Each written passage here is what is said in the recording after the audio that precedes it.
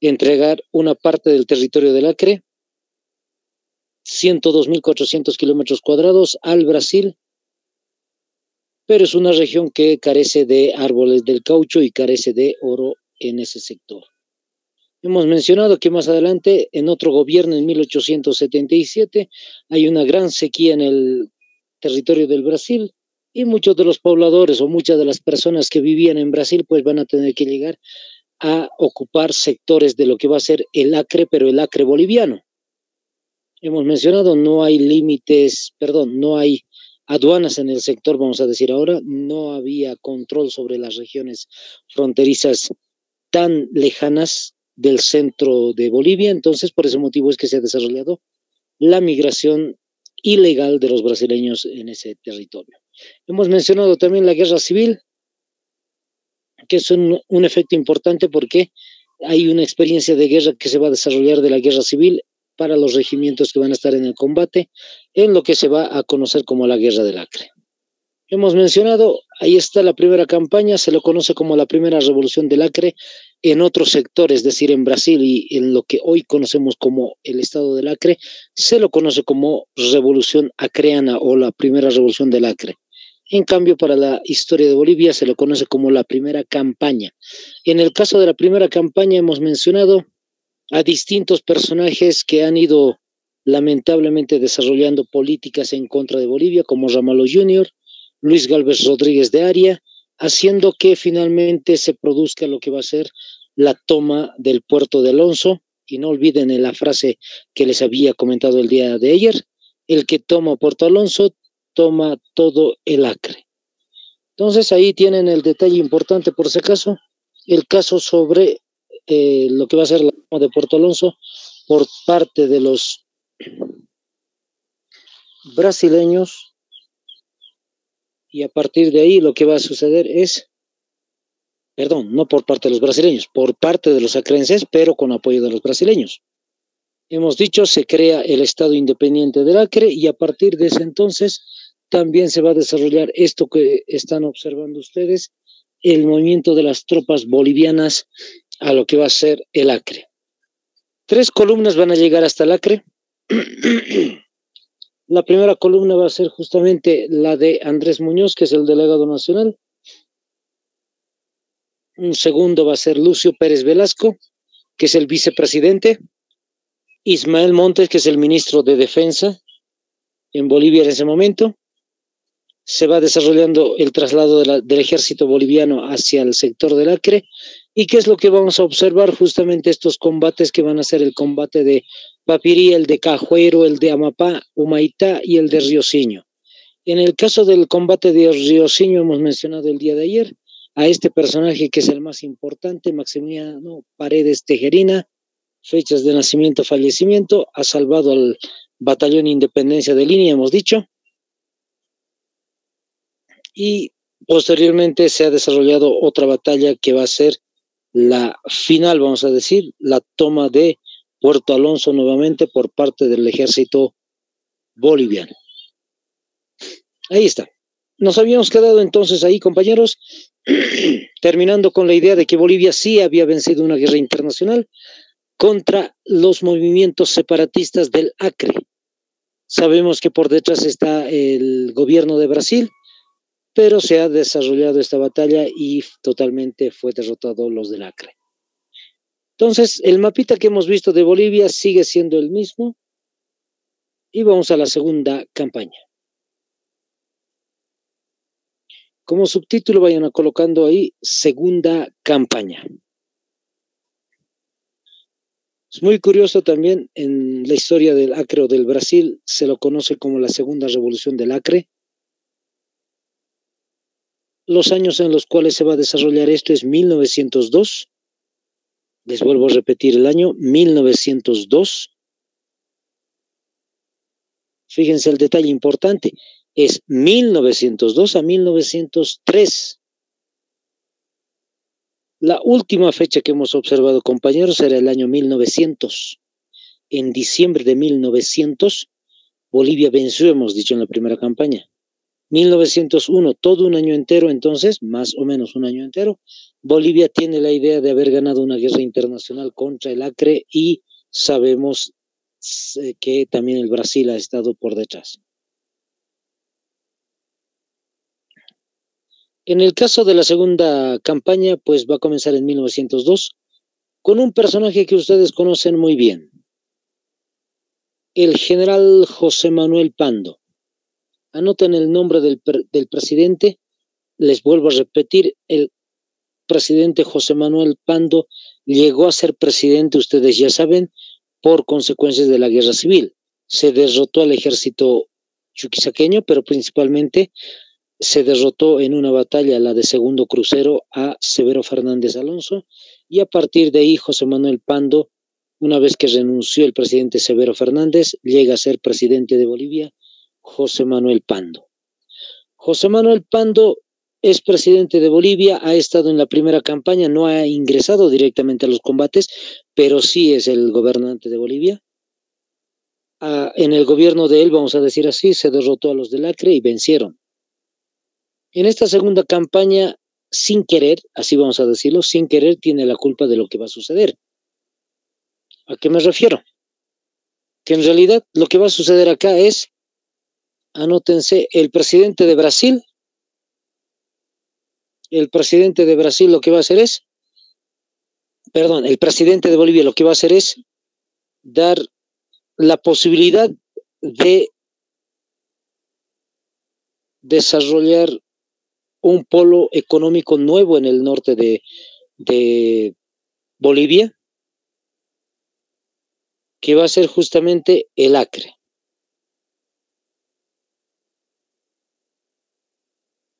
¿Qué quiere decir esto? Que el sector que les había dicho el Acre está con yacimientos de oro y árboles del caucho, principalmente el árbol del caucho, o llamado también el árbol de la goma, es una de las riquezas más importantes que tiene la región. Por ese motivo, Bolivia va a empezar a explorar todo ese sector y va a empezar a sacar todo lo que va a tener con el caso del árbol de la goma. Interesantemente, la idea de José Manuel Pando es esa: sacar todas estas riquezas y empezar a comercializarlas a nivel internacional. Hacen el proyecto, vamos a decir así, diseñan la planificación de posible venta del caucho y del oro para Bolivia, pero se encuentran con un problema. El problema está en que Bolivia va a tardar mucho en sacar las riquezas, va a tardar muchísimo en tratar de comercializarlo, y al final de cuentas lo que va a suceder es que vamos a perder más dinero que ganar al tratar de sacar el oro y el árbol del caucho de esa zona. En realidad no se va a sacar todo el árbol, no es solamente el caucho, la goma. ¿A qué me refiero? En realidad lo que va a pasar lo que pasó en la primera campaña es lo siguiente: el ejército boliviano va a desplazarse hasta el Acre, y hemos dicho el día de ayer, ha tardado entre 3 a 4 meses en trasladar las tropas hasta el sector del Acre. Imagínense que los trabajadores bolivianos vayan hasta el Acre, van a tardar alrededor de 4 meses hasta llegar al Acre, explotan las riquezas que ahí existen y van a trasladar toda la riqueza hasta el centro de Bolivia y van a tratar de explotarlo y venderlo, comercializarlo a nivel internacional. Van a tardar otros 4 meses en retornar, 8 meses en total. Al año solamente va a haber la posibilidad de producir o explotar las riquezas en 2 ocasiones. Ni siquiera en 2 ocasiones, una ocasión. Cada 2 años, 2 veces, o quizás 3. ¿A qué me refiero? Hay más pérdidas que ganancias económicas. Por eso José Manuel Pando va a sacar una convocatoria a nivel internacional. Vayan tomando nota, compañeros. Saca una convocatoria pidiendo la posibilidad de que alguna empresa internacional, ya sea de Estados Unidos, ya sea de Argentina, ya sea de Alemania, de España, cualquier país, pueda venir hasta la región del Acre de Bolivia y empezar a explotar las riquezas del Acre. Él se ocupa de la mano de obra, se ocupa de las herramientas, y lo único que Bolivia va a hacer es darle un porcentaje de las ganancias de lo que va a ser la riqueza del Acre. Por ese motivo, anótense, ahí está al ladito del presidente, al ladito del nombre del presidente, The Bolivian Syndicate. Esa es la empresa que se va a adjudicar entonces esto que se le va a conocer como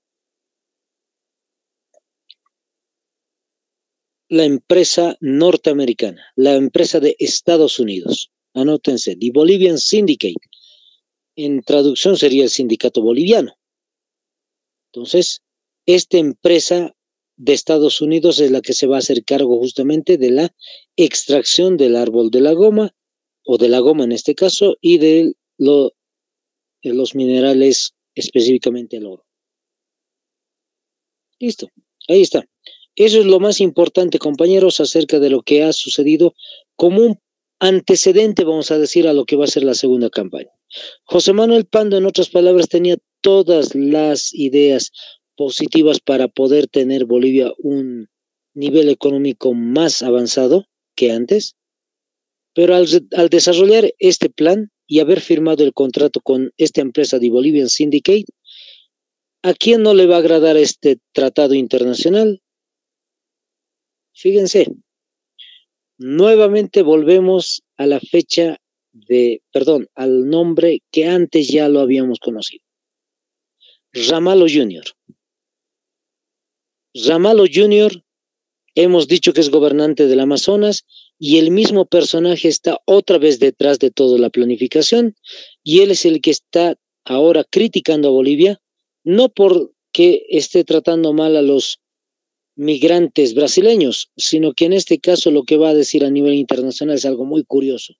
Él dice, nadie, excepto Brasil y Bolivia, pueden tener empresas dentro de lo que es el Acre. Ojo, les vuelvo a repetir. Brasil, el sectorcito de triángulo que el día de ayer les mostraba, eso se llama el Acre, y también el Acre boliviano, que le pertenece a Bolivia. Solo los dos pueden construir empresas y empezar a explotar las riquezas del área. Está prohibido, decía el gobernador de Amazonas, está prohibido que una potencia internacional pueda acceder a lo que son las riquezas del Acre. En este caso está criticando a lo que Estados Unidos está haciendo. The Bolivian Syndicate en realidad no tendría que estar en el lugar para explotar las riquezas. Y como siempre les digo, ¿quién es Ramalho Jr. para dar ese tipo de órdenes a Bolivia? Pues nadie. En otras palabras, diplomáticamente hablando, Ramalho Jr. tiene que solamente hablar para su país, Brasil, y los bolivianos van a desarrollar lo que ellos deseen conveniente en el lado boliviano. Pero así comenzó toda la queja de Ramalho Jr. Y aparte de eso, no solamente se quedó ahí, contrató a estos dos personajes que quiero que anoten su nombre. El primero es un soldado brasileño, José Plácido de Castro se llama, o se llamó en ese caso, y otro personaje llamado Jefferson José Torres. Y los dos personajes son, y estamos repitiendo la misma historia, fíjense, son personas que están contratadas para desarrollar un grupo separatista nuevamente, separatista para el Acre boliviano. Fíjense, el otro grupito se llama los seringueiros o los siringueiros. ¿Qué son los siringueros? O como dice en portugués, seringueiros. Ellos son los que trabajan con los árboles de la goma. ¿Cuál es el trabajo del árbol de la goma? Simplemente observar cuáles son los árboles de goma, hacerles cortes en el tronco del árbol e interesantemente de la savia que va goteando, es decir, del tronco, el líquido que va emanando justamente es goma, es látex. Entonces le colocan un pequeño, una especie de cubeta si quieren ustedes, colocan eso ahí pegado o amarrado si quieren al árbol y entonces lo que hace el árbol es ir goteando el látex de poquito en poquito. Y eso se va a hacer, fíjense, no solamente en 2 arbolitos o 25 árboles, seguramente en cientos de árboles, miles de árboles. Y entonces los seringueiros lo que hacen es ir observando constantemente en qué momento ya se ha llenado la cubeta lo van a desprender del árbol, lo van a llevar hasta un lugar céntrico, vamos a decir, donde se está almacenando todo lo que va a ser el látex, y vuelven a colocar una nueva cubeta en el arbolito. Entonces, ese es el trabajo de este movimiento llamado los seringueiros, los seringalistas también se les conoce. A la cabeza de estos dos personajes, José Plácido y Jefferson José Torres, los seringueiros se van a, vamos a decir así, amotinar y se van a unir a estos personajes para comenzar nuevamente lo que va a ser el movimiento separatista en el Acre. Entonces no se van a olvidar para nada, antes de pasar a este punto. Lamentablemente se ha desarrollado este grupo separatista y anótense el 27 de enero de 1903, no, perdón, antes, compañeros, me estoy confundiendo la fecha, antes de esta fecha mencionada, vamos a comenzar con esta otra, me estoy confundiendo, compañeros. Seguimos, 1902. 11 de octubre del año 1902. 11 de octubre, hace unos días atrás era 11 de octubre. Entonces, 11 de octubre del año 1902 se va a desarrollar una de las batallas más interesantes que se van a producir en esta segunda campaña en Bolivia. Se llama la Batalla de Bahía. Entonces, les comento, en el contexto en el cual se está desarrollando la toma de Puerto Alonso, porque va a durar mucho tiempo, interesantemente lo que va a suceder es que los bolivianos van a tratar de defender su territorio, pero nuevamente, ¿cuánto tiempo va a tardar el ejército? ¿Cuánto tiempo va a tardar el ejército boliviano en llegar hasta el Acre? Nuevamente, de 4 meses a 3 meses van a tardar las tropas bolivianas para llegar hasta el Acre. Mientras esto está sucediendo, ¿qué es lo que va a pasar? Los bolivianos, ojo, no estamos diciendo el ejército boliviano, los civiles bolivianos, dentro de los cuales hay un personaje que quiero que anoten su nombre y lo subrayen, Nicolás Suárez. Anoten su nombre, ahí está el nombrecito. Nicolás Suárez. Entre paréntesis van a colocar quién es este personaje Nicolás Suárez. Número 1 es de nacionalidad boliviana, por si acaso, es del Beni. ¿Ya? Es un empresario beniano en realidad, para que me entiendan mucho mejor. Es un empresario beniano.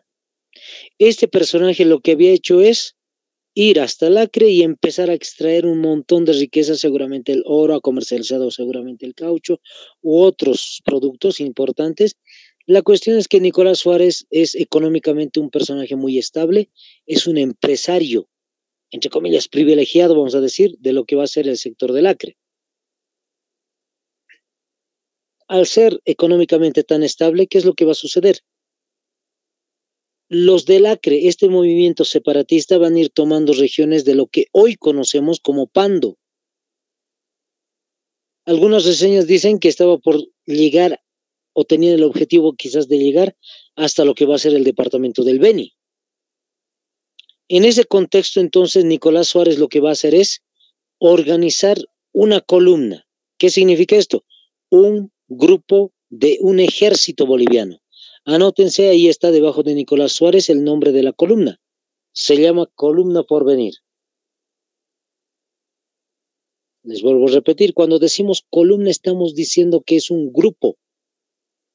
Es un ejército, pero en este caso de Bolivia. Ese es el nombrecito que tienen entonces, Columna Porvenir.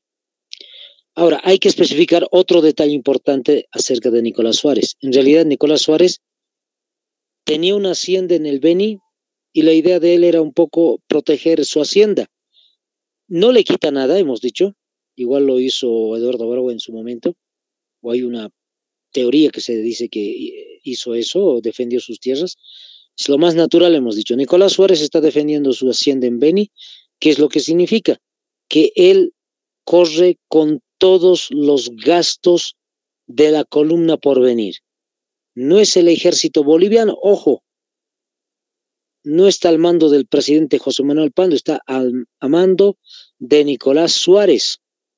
Él les está pagando dinero a cada soldado que es parte de la columna Porvenir. Para que vean, es un empresario importante. Entonces, es un grupo de mercenarios, si quieren ustedes, así se los conoce a los soldados que van a ir a pelear a una batalla, a una guerra, pero por dinero. Entonces se les llama mercenarios. Entonces, la columna Porvenir está formada por personas que son del Brasil, perdón, que son de Bolivia, pero pagadas por Nicolás Suárez. Dentro de la columna Porvenir, compañeros, existe un personaje importante que están observando al final de la imagen. Bruno Racua es el nombre del personaje. Bruno Racua. Lo que Bruno Racua va a hacer es algo impresionante en la batalla de Bahía. Pero para comenzar, antes anótense al ladito de Bruno Racua, ¿quién era? Indígena Tacana, por si acaso es de una cultura llamada Tacana. Les vuelvo a repetir nuevamente. Se le conoce a su cultura como la cultura Tacana. Este personaje se cuenta que llegó a ser parte de la columna Porvenir porque quería cuidar a su cultura. Él entendía y sabía que si los del Acre iban a llegar hasta lo que hoy es Pando y después Beni, pues lamentablemente los tacanas tal vez iban a desaparecer más adelante en algún momento, porque es una invasión y posiblemente iban a ser afectados la cultura tacana. Se dice mucho que Bruno Racua entonces fue a pelear por su comunidad, por su cultura. Ahora, lo interesante, vámonos al 11 de octubre de 1902, ahí está la imagen, hemos dicho, batalla de Bahía. En esta batalla de Bahía, pues los del Acre se están enfrentando a esta columna Porvenir, que está formada por, hemos dicho, mercenarios bolivianos pagados por Nicolás Suárez. Bruno Racua es uno de los soldados que utiliza no un arma normal, no es la arma convencional que se utiliza, él es más hábil con la flecha que con las armas convencionales. Entonces lo que va a hacer Bruno Racua es utilizar justamente sus flechas y lanzarlas constantemente contra el enemigo. Es una batalla, imagínense, batalla de Bahía. De tal suerte, vamos a decir así entre comillas, que interesantemente Bruno Racua está lanzando flechas al enemigo y cerca de las flechas del enemigo justamente está el lugar donde está el Acre y está la pólvora. Ojo, la pólvora, ustedes ya saben cómo es eso. Uno de sus camaradas, se dice de Bruno Racua, uno de los amigos de Bruno Racua, dentro de la columna Porvenir, lo que hace es encender con fuego la flecha, una de las flechas de Bruno Racua. Al hacer eso, lo que Bruno Racua hace es justamente con la llama, con el fueguito que está en su flecha, lanzarlo e interesantemente llega directamente a la pólvora que está ubicado el Acre, el ejército del Acre, este grupo separatista que dijimos. Ustedes ya saben, fuego, pólvora, pues va a lanzar una gran explosión. Se hace una explosión y la batalla de Bahía es vencida por parte de los bolivianos. La columna Porvenir, gracias a Bruno Racua y el lanzamiento de esa flechita con fuego, se vence esta batalla de Bahía en el año 1902. Entonces ya tenemos dos héroes de la guerra del Acre. Ayer Maximiliano Paredes Tejerín hemos dicho y ahora Bruno Racua. Un tercero por ahí, Nicolás Suárez. Un personaje que tal vez no ha vencido directamente una batalla, pero es un personaje que ha articulado un ejército importante en la columna Porvenir. Ahora, cuando se está desarrollando esto, en 1902 todavía, se va a ir desarrollando distintos avances del ejército boliviano. Como pueden ver ustedes, Bolivia va a avanzar hacia el Acre por dos columnas, que va a ser la ruta del río Beni y la ruta del Arecaj. Si se acuerdan, el día de ayer les había dicho, habían tres columnas, pero dos columnas habían utilizado sin querer un camino que va a llegar al mismo punto. Entonces, En la segunda etapa, pues simplemente el ejército boliviano, las Fuerzas Armadas van a mandar dos grupos, dos columnas, la ruta del río Beni y la del Arecaj. Las tropas bolivianas se están moviendo entonces desde los centros de ciudad hacia lo que va a ser los sectores más importantes de Beni, y el número de soldados es de 600 a 700 hombres.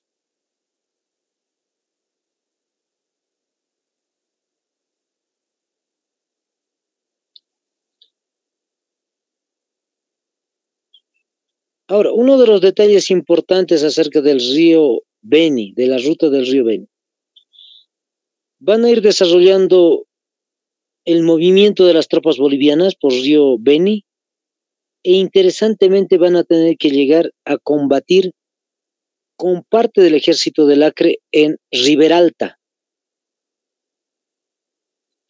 Ojo, Riberalta. La localidad de Riberalta, para muchos que quizás no conocen el nombrecito de la localidad, es en realidad una de las localidades fronterizas con el Brasil.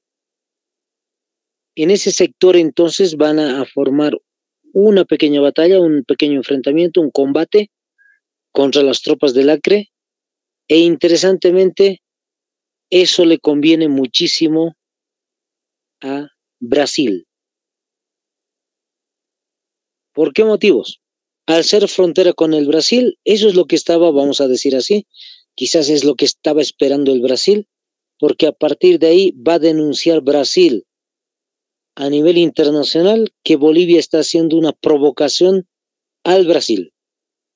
Ojo, el combate es entre el Acre y Bolivia, pero interesantemente, por haber peleado cerquita a la frontera del Brasil, en realidad es al frente del Brasil, en la frontera misma, lamentablemente el Brasil va a decir: estoy denunciando el hecho como una provocación por parte del ejército boliviano en contra del ejército de Brasil, e ingresa al combate Brasil. Fíjense, recién en el año 1902 para adelante, recién ingresa Brasil al conflicto.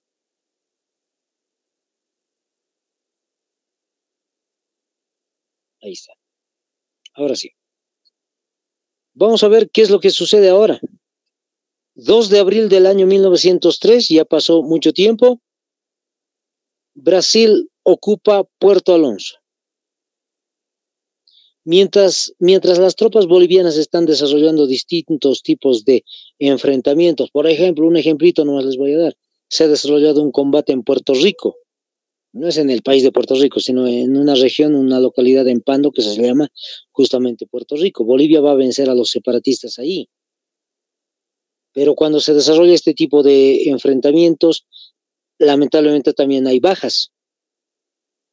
Y mientras Bolivia está desarrollando eso, pues el Brasil ha ocupado Puerto Alonso. No se olviden la frase que les dije el día de ayer. El que tiene Puerto Alonso tiene todo el Acre. Ya no son los del Acre, es decir, las personas que viven en el Acre, los separatistas, ya no son los dueños del Acre. Ahora lo es Brasil. Y lo que va a suceder es lo siguiente. Cuando Bolivia, el ejército, las Fuerzas Armadas lleguen hasta Puerto Alonso, esto es el encuentro que va a desarrollarse. Lamentablemente, Bolivia va a llegar con 450 soldados hasta Puerto Alonso. Hemos dicho que han marchado con 600 a 700 soldados, pero van a llegar solo con 450 soldados. Y el Brasil había movilizado 8,000 soldados para ese momento. Habían movilizado 4,000 en una primera instancia, y en esta segunda instancia ya, para 1903, habían movilizado el total de 8,000 soldados el Brasil. Se van a encontrar los dos países entonces con 450 Bolivia y 8,000 Brasil. Fíjense, es tremendo esto. Lamentablemente Bolivia no va a poder desarrollar ningún tipo de combate. Ni 500 soldados tenemos, compañeros. No llegamos ni a 1,000, peor todavía. Y Brasil tiene 8,000. ¿Qué es lo que va a hacer Bolivia? Anótense en la parte superior se encuentra lo que ha hecho Bolivia. Reconoce el modus vivendi. Eso es lo que va a hacer Bolivia. reconocer el modus vivendi. Ahora, esa palabrita está justamente en latín, modus vivendi. ¿Qué significa entonces el modus vivendi? El modo de vida, si quieren ustedes. La forma de vida, el modo de vida. Eso es lo que va a reconocer Bolivia. En otras palabras, ¿qué es lo que está diciendo con la palabrita modus vivendi? Bolivia le va a reconocer al Acre, pueden anotarlo si desean, le va a reconocer al Acre lo siguiente: su propia autonomía.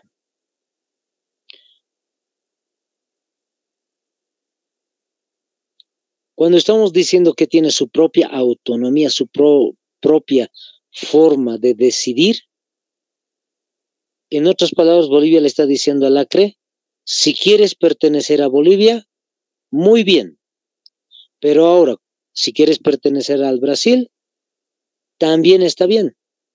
O finalmente, si quieres pertenecer o crear, mejor dicho, un país independiente llamado el Acre, está en todo su derecho la región llamada Acre. Eso es lo que sucedió entonces, compañeros, con el reconocimiento por parte de Bolivia del modus vivendi. ¿Qué es lo que ha decidido entonces el Acre? Porque ha habido un tiempito específico en el cual el Acre va a ir viendo la posibilidad de unirse con Brasil o crear un nuevo país. Y al final de cuentas, pues decidió ser parte del Brasil.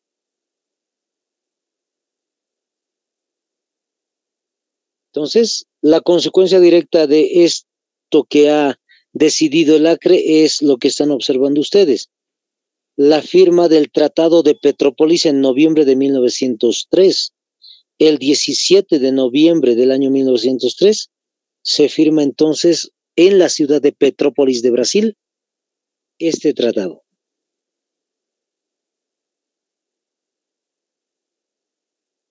Ahí está, compañeros, ya lo tienen.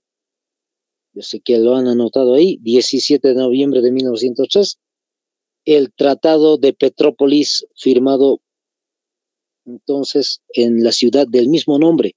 La ciudad de Brasil se llama Petrópolis, una de las ciudades seguramente fronterizas en ese momento, tenía ese nombre, Petrópolis. ¿Cuánto hemos perdido? Como pueden ver ahí, 191.000 kilómetros cuadrados es lo que hemos perdido en el caso de la guerra del Acre. 191 kilómetros cuadrados lo que hemos perdido con el Acre. Tal cual están viendo la figura, fíjense, todo ese sector que está en triángulo, lo que Melgarejo había dado, y esa partecita en casi como un triángulo también, es lo que hemos perdido en una guerra con Brasil, en este caso la guerra del Acre. Pero el Purus que están viendo en tono más o menos petróleo, el Purus, sigue siendo boliviano. Hemos dicho en algún momento, eso lo vamos a perder por conflictos diplomáticos que tenemos con Perú. No va a haber guerra, pero Perú va a querer una parte del territorio del Acre que era de ellos y que Brasil lo ha quitado a Bolivia, y Bolivia lo que va a hacer es, pues, en vez del Acre, entregarle el Purus. Dentro del Tratado de Petrópolis, ¿qué es lo que se especifica? Quiero que le saquen captura, pero quiero que vayan tomando nota también. Las compensaciones que el Brasil va a dar a Bolivia, es decir, porque Brasil ha ganado la guerra y le ha quitado todo ese territorio, lo que Bolivia va a hacer es, lo que Brasil va a hacer es, número uno, entregarle a Bolivia 2 millones de libras esterlinas. Fíjense, como siempre les digo a los compañeros, prácticamente lo que hemos hecho es venderle al Brasil todo el territorio, porque 2 millones de libras esterlinas era en ese tiempo muchísimo dinero, como lo es hasta el día de hoy. Pero en ese tiempo era más todavía, compañeros, 2 millones de libras esterlinas. Una fortuna lo que Brasil le ha entregado a Bolivia por la pérdida del Acre por parte de Bolivia. Número 2, permiso no soberano de ingresar a ríos de Brasil. Eso está en el Tratado de Petrópolis hasta el día de hoy, compañeros. Entonces Bolivia puede ingresar a los ríos del Brasil, y ya saben cuál es el río más importante, el río Amazonas. Puede ingresar al río Amazonas si tenemos una salida al mar por el lado del Océano Atlántico. Pero ¿por qué no lo utilizamos? Porque a nadie le interesa utilizar el Océano Atlántico. El Océano Pacífico es el centro comercial importante de todo el mundo. Ahí está Japón, ahí está China, ahí está Estados Unidos, ahí está México, ahí está Chile, Perú, etcétera, Filipinas, el sudeste asiático.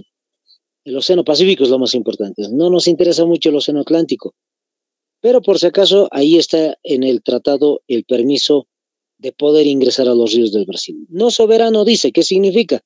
No es que nos pertenezcan los ríos del Brasil, sino que hay que pedirle permiso a Brasil. Solicito pasar por el río X y Brasil lo va a tener que aceptar. Número 3. Permiso de construcción de aduanas en ciudades de Brasil. Y eso es muy bueno, muy favorable para nosotros. Aunque nosotros no lo notemos tan claramente, no sé cómo será en el lado del oriente boliviano, no sé cómo será Pando, Beni, Santa Cruz. Es decir, no hay mucha violencia por parte de personas brasileñas en el sector de Pando, Beni, Santa Cruz, por lo menos no se escucha mucho en las noticias, a diferencia de lo que tendría que haber sido. Si no habrían aduanas construidas ahí, centenares de brasileños ingresarían al lado oriental de Bolivia y sería lamentable porque, queramos o no, no es que estoy criticando esto, pero Brasil tiene tasas altas y testimonios de que el Brasil es un país muy conflictivo internamente, vamos a decir, muy peligroso. No en todas las áreas, por si acaso, pero hay sectores en los cuales es un poco peligroso. Entonces, imagínense, ha ayudado muchísimo las aduanas. Bolivia no tenía aduanas en ese tiempo y entonces se está diciendo acá construcción de aduanas en las ciudades de Brasil. Está favoreciendo el Brasil a las aduanas bolivianas. Otro detalle importante, en las aduanas no solamente va a estar el lado boliviano, va a estar también la aduana brasileña. Y en la aduana brasileña hay policías y militares que van a custodiar el lugar y por eso no hay tan amplio flujo de brasileños, vamos a decir así, de lo que tendría que ser en realidad. Más bien, nos ha favorecido mucho la construcción de las aduanas. Y el cuarto punto, el ferrocarril Riberalta-Portobelo. Anótense. Ferrocarril Riberalta-Portobelo.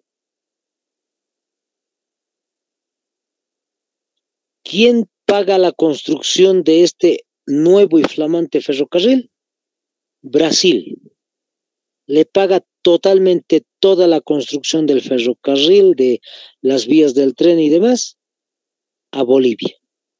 Fíjense, Brasil parece que se ha sentido tan mal, el gobierno brasileño se ha sentido tan mal de que el Acre se ha ido al lado brasileño y pues Brasil lo está haciendo compensaciones a Bolivia. Ahora, ¿cuál es el detalle interesante acá? Este ferrocarril Riberalta-Portobelo en algún momento se decía, puede ser posible que sea conexión de lo que va a ser el tren bioceánico. No sé en qué quedó el plan del tren bioceánico desde Brasil hasta Perú, pero por si acaso ya lo tienen en mente. Este ferrocarril es muy importante al día de hoy. Listo, compañeros. Entonces, de esa manera, terminamos lo que es la guerra del Acre.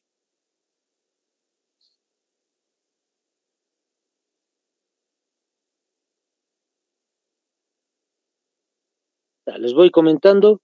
Ahí dice Kevin, Nina y 3 personas han salido. No sé si se han ido o solo la imagen lo dice, no sé.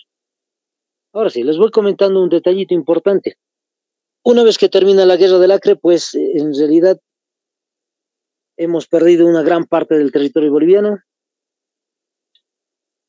José Manuel Pando, para el año 1904, un año posterior, va a dejar de ser presidente, les voy comentando, y el nuevo presidente va a ser Ismael Montes.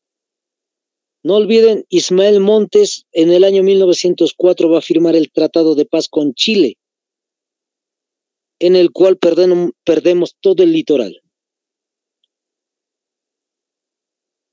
Termina el gobierno de Ismael Montes y va a ingresar el presidente Eliodoro Villazón Montaño. Nuevamente Ismael Montes va a ser presidente otra vez, más o menos para que tengan una idea, 1913 a 1917 va a ser nuevamente presidente Ismael Montes. e interesantemente termina su gestión y el nuevo presidente es un personaje que es un poquito desconocido, José Gutiérrez Guerra. José Gutiérrez Guerra va a ser presidente y con él termina toda la época de los partidos liberales. Les vuelvo a hacer recuerdo un poquito antes de comenzar el otro detalle. En realidad, cuando decimos que el partido conservador estaba en el poder, nos estamos refiriendo a muchos personajes, pero principalmente Severo Fernández Alonso. Deja de ser presidente Severo Fernández Alonso y ahí termina toda la época de los gobiernos conservadores. ¿Qué entendemos por conservador? Aquel personaje que no trata de hacer muchos cambios en Bolivia. Sí va a hacer cambios, pero cambios muy lentos, vamos a decir así. Entonces, ingresa lo que va a ser José Manuel Pando y a partir de él lo que vamos a ver es toda una seguidilla de presidentes que ya les he mencionado y toditos son presidentes justamente liberales. ¿Qué diferencia hay entre conservador y liberal? Los liberales tratan de hacer cambios más rápidos, más constantes, vamos a decir, que en el caso de los presidentes conservadores. El otro detalle importante, hasta José Gutiérrez Guerra se va a desarrollar lo que se le conoce con el nombre de los partidos liberales, hemos dicho, y a partir de ahí viene un nuevo partido político. Los republicanos se llaman ellos. Mientras estamos desarrollando la presentación de la Fundación Ingenios, ahí está, Historia de Bolivia. Les voy contando un poquito más. Los regímenes republicanos, entonces, son Bautista Saavedra Mallea, tal vez lo han escuchado en algún momento, Felipe II Guzmán, Hernando Siles Reyes, no es el mismo Hernán Siles Suazo, por si acaso, este es otro, Hernando Siles Reyes, Carlos Blanco, un militar en el poder, que va a durar muy poquito, lamentablemente, un año, y posteriormente a este militar va a haber una nueva elección. Producto de esa nueva elección, el presidente va a ser Daniel Salamanca. Daniel Salamanca es el presidente que nos lleva a un conflicto internacional llamado la Guerra del Chaco.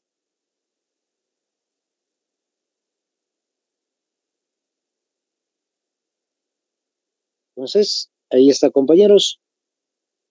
La Guerra del Chaco inicia el 15 de junio de 1932 y termina el 12 de junio del año 1935. Memorícense la fecha, es uno de los conflictos más importantes, más conocidos, más destacados de la historia boliviana. No solo por ser tan amplio y por haber tenido momentos, ocasiones de victoria por parte del ejército boliviano, sino que también porque es un referente, es decir, es un antecedente en realidad a lo que va a ser la Segunda Guerra Mundial en Europa y en el mundo. 1932 dice acá, y la Segunda Guerra Mundial va a ser 1939. Entonces, imagínense, este es un antecedente directo a lo que va a ser la Segunda Guerra Mundial. Ahora, los números que están anotados ahí en color rojo, fíjense, 15 dice. Ese mismo 5 compañeros, para recordar la fecha, lo van a trasladar al año. En vez de colocar 1932, van a colocar 1935. Y lo mismo sucede con el 2, fíjense. El año 1932, ese 2 lo van a trasladar al inicio. En otras palabras, ¿qué les estoy diciendo? La fecha que tienen que recordar ustedes es 15 de junio del 32. Listo, nada más. 15 de junio de 1932 memorizan y ustedes ya saben que hay que intercambiar el 5 por el 2 y el 2 por el 5 y ya tienen la fecha de finalización de la Guerra del Chaco. ¿Ya? Ahí está. Los antecedentes son los siguientes.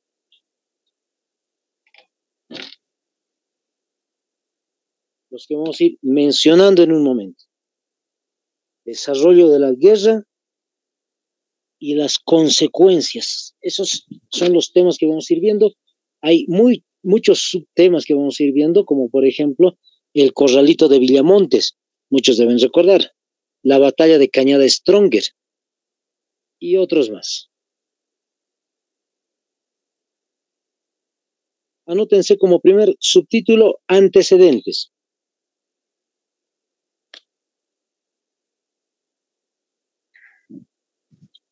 En el caso de los antecedentes, yo sé que ya le han sacado captura, van a ir tomando nota de cada uno de los puntos que les voy comentando. En el caso del primer punto que están observando, dice malos límites desde la época de la colonia. Eso ya les había comentado, contado, ya les había hablado mucho sobre eso en el caso de que la audiencia de Charcas, lo que hoy es Bolivia, perteneció al Virreinato del Perú, pero posteriormente dejó de ser parte del Virreinato del Perú y llegó a ser parte de lo que va a ser el Virreinato del Río de la Plata, es decir, Argentina. Cuando se traslada el territorio de la audiencia de Charcas a lo que es el gobierno de Argentina, vamos a decir, el gobierno del Virreinato de Argentina, ese sector que están viendo en color verde que se llama Gran Chaco, lamentablemente se va a tener que unir con el caso de Argentina. Para ese momento no existía Paraguay, tampoco Uruguay, solo eran llamadas las provincias unidas del Río de la Plata, así se llamaban. Entonces, interesantemente, ya somos un solo territorio, no tenemos límites específicos. Por eso dice ahí el primer punto, malos límites desde la época de la colonia. Se independiza Argentina, se independiza Bolivia. Todo el sector de lo que se llama el Gran Chaco quedó más o menos en el olvido. Bolivia dice que el territorio del Chaco más o menos le pertenece. Cuando se funda o se independiza Paraguay, el Paraguay también va a decir lo mismo. Ese territorio me pertenece a mí. Al final de cuentas, los dos gobiernos no saben hasta qué punto exacto es el Paraguay y hasta qué punto exacto llega Bolivia. ¿Se han hecho distintos tipos de divisiones? Sí. Fíjense el segundo guión que están viendo en la teoría. 1884 a 1907, Bolivia y Paraguay no pudieron firmar ninguno de los 4 tratados de límites, dice. Han intentado firmar tratados de límites entre Bolivia y Paraguay para saber en qué lugar es el Chaco. Sí lo han intentado. Solo que el Paraguay decía, mi límite tiene que ser más al norte. Y en el caso de Bolivia dice, el límite fronterizo es más al sur. No se han podido poner de acuerdo. Y en ese contexto, mientras todavía aún no era presidente Daniel Salamanca, hubo un conflicto pequeño, bueno, entre comillas pequeño. Bolivia, con una avioneta, va a poder encontrar cerca del sector del Chaco una laguna. Se llama, a los bolivianos, la laguna Chuquisaca. A los bolivianos, que ellos no sabían que existía esa laguna, ojo, no sabían de la existencia, cuando encuentran la laguna, pues informan al gobierno boliviano, tenemos la posibilidad de haber encontrado una laguna, van a los lugares exactos y dicen, sí, específicamente hay una laguna en ese sector y le estamos colocando el nombre de Laguna Chuquisaca. Pero ¿cuál es el detalle? Los paraguayos, antes de que Bolivia encuentre el lago o la laguna Chuquisaca, ya habían encontrado la laguna y le habían colocado un nombre. Le habían llamado la laguna Pitiantuta. Entonces ya se sabía por parte del Paraguay que sí existía esa laguna, solo que Bolivia después lo ha sabido. ¿Se ha formado un conflicto? Sí, Bolivia va a querer tomar la parte de la laguna, Paraguay va a decir, yo ya conocí el lugar y es lo explorado, es mío, etcétera, un montón de problemas por los límites que hemos dicho, y al final va a haber un conflicto. Bolivia va a ir a enfrentarse a los fortines, a los cuarteles del Paraguay en el Chaco y va a tomar Boquerón y posteriormente va a tener que devolver el territorio o los fortines al Paraguay porque se va a firmar un tratado de paz. Terminó el conflicto, pero es un antecedente de lo que sucedió. ¿Intentaron firmar? Sí. ¿No pudieron encontrar un límite exacto? También. ¿Qué dice el tercer detalle? Dice supuesta existencia de petróleo. ¿Qué significa esto? Que lamentablemente hay una empresa boliviana, perdón, una empresa norteamericana que está trabajando en suelo boliviano. Se llama la Standard Oil. ¿Cómo se escribe Standard? Con la S directamente. Standard Oil, O-I-L. Está en inglés, ¿no ve? Standard Oil Company. La compañía Standard Oil, así, ¿no ve? Standard Oil Company. Esta empresa está trabajando en Bolivia. Como pueden ver la imagen, no sé si se nota hasta ahí ustedes, pueden ampliarlo. Interesantemente, hay pozos petroleros en lo que es la frontera entre Bolivia y el Chaco. Eso quiere decir que Bolivia ya había estado extrayendo el petróleo. Y esta empresa, la Standard Oil, había dicho, posiblemente hay petróleo en el Chaco. Ojo, posiblemente hay petróleo en el Chaco. Eso hizo que las alarmas se levantaran y el Paraguay diga, el Chaco es mío. Y Bolivia va a decir lo mismo, el Chaco es mío. Ahí se va a generar el inicio del conflicto. Lo último no es necesario anotarlo, pero les voy contando. Paraguay tuvo la guerra de la Triple Alianza. Entre los años 65 y 70 del año 1800, eso no nos interesa, eso es historia del Paraguay, por eso solamente les digo, si quieren lo anotan, si no, no. El Paraguay había perdido territorio paraguayo, territorio del oriente, dice, frente a la Triple Alianza. ¿Cómo se llama el grupo de la Triple Alianza? Brasil, Argentina y Uruguay. Había perdido entonces territorio Paraguay con estos tres países. ¿Y qué es lo interesante de esto? Que curiosamente Paraguay había dicho, nunca más voy a ser derrotado en una guerra internacional. Y justo la guerra internacional va a ser con Bolivia. Y curiosamente, pues, Paraguay no va a perder con Bolivia. Entonces, hasta ahí, compañeros, los antecedentes de lo que va a ser, y vamos a ver el día lunes, la guerra del Chaco.